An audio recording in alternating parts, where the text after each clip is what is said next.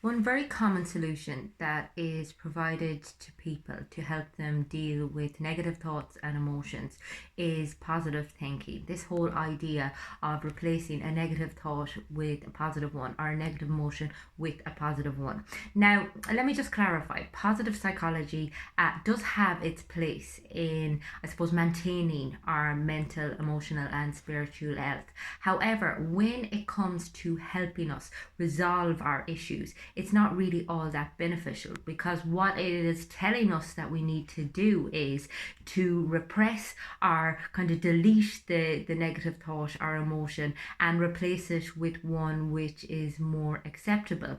And all this really does is push down the issue. It buries it, and we may feel like as if it's no longer relevant because, as I said, we've replaced it in the short term.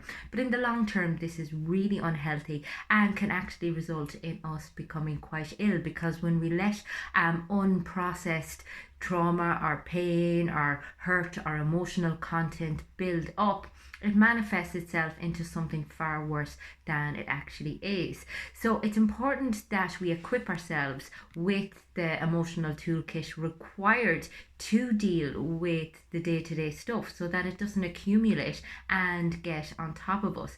And a lot of people try to intellectualize things. I mean, we're great for, trying to put a name on something and trying to, and a lot of the work that I do with people involves, I suppose, getting a better understanding of what it is that you're feeling.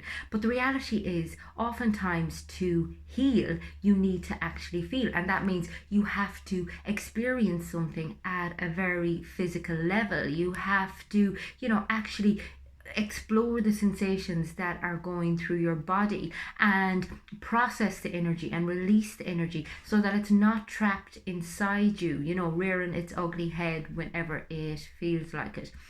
So it's about understanding that once you have done that work, yes, positive thinking can be a very helpful tool in helping you maintain a good outlook on life. However, you need to learn how to sit with negative emotions. You need to learn how to sit with negative thoughts without ruminating in them. So reflection is one thing, kind of looking back at how you've been feeling and being very logical about it, and seeing what it is that caused this and how you can do things differently.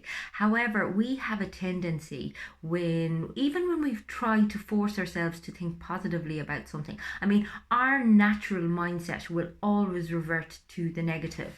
And particularly when we try to put a positive affirmation in place, when we tell ourselves, oh, I am amazing, I am so beautiful, if we don't genuinely believe it, then that thought can actually be counterproductive, because it basically acts as a reminder to our minds of all of the things that we think that we're not.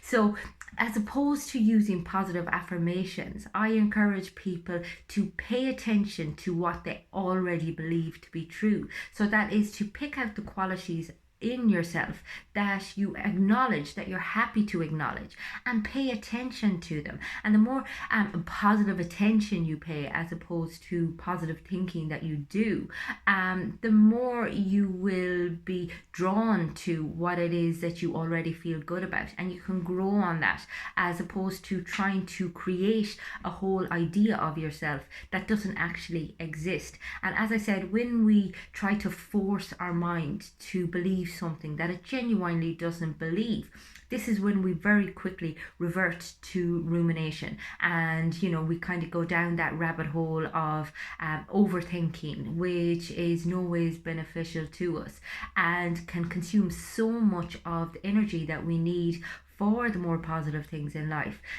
for kind of creating connection, for building a more fulfilling life. So it's about being very aware of the tools that you use to deal with the day-to-day stuff, not being afraid to experience very intense emotions internally on a very physical level, and not being afraid to deal with them, not feeling that you have to replace negative thoughts and feelings with a more socially acceptable feeling or thought, that that you're able to accept that it is what it is, and that you're able to fully honor the experience, and that you can then release the energy, reflect on what brought you to that place, and move forward in a kind of a more proactive, I suppose, enlightened manner. I mean, because that's what everything teaches us, if we view it in the right manner.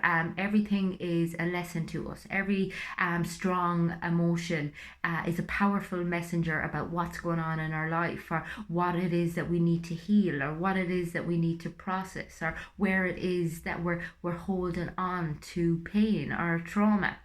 And if we're constantly trying to shove that away, if we're not able to sit with that, if we're actually, I suppose, refusing to allow ourselves to honor our actual experience, then we're never going to go through the healing process, and we're never going to come out the other side. If this is something that makes sense to you, or if you feel like you always have to come across in a very positive manner, then I can help you get in touch with all of the elements and the tools required to give you a better sense of your internal experience. Get in touch with me on my website. It's fundamentals.ie. You'll catch all of my content covering emotional fitness, emotional intelligence, mental health, and how to find fulfillment and purpose on my YouTube channel, which is called Fiona Feely. And if you want to get in touch, you can also catch me on my Facebook and my Instagram. Hope everyone has an amazing day.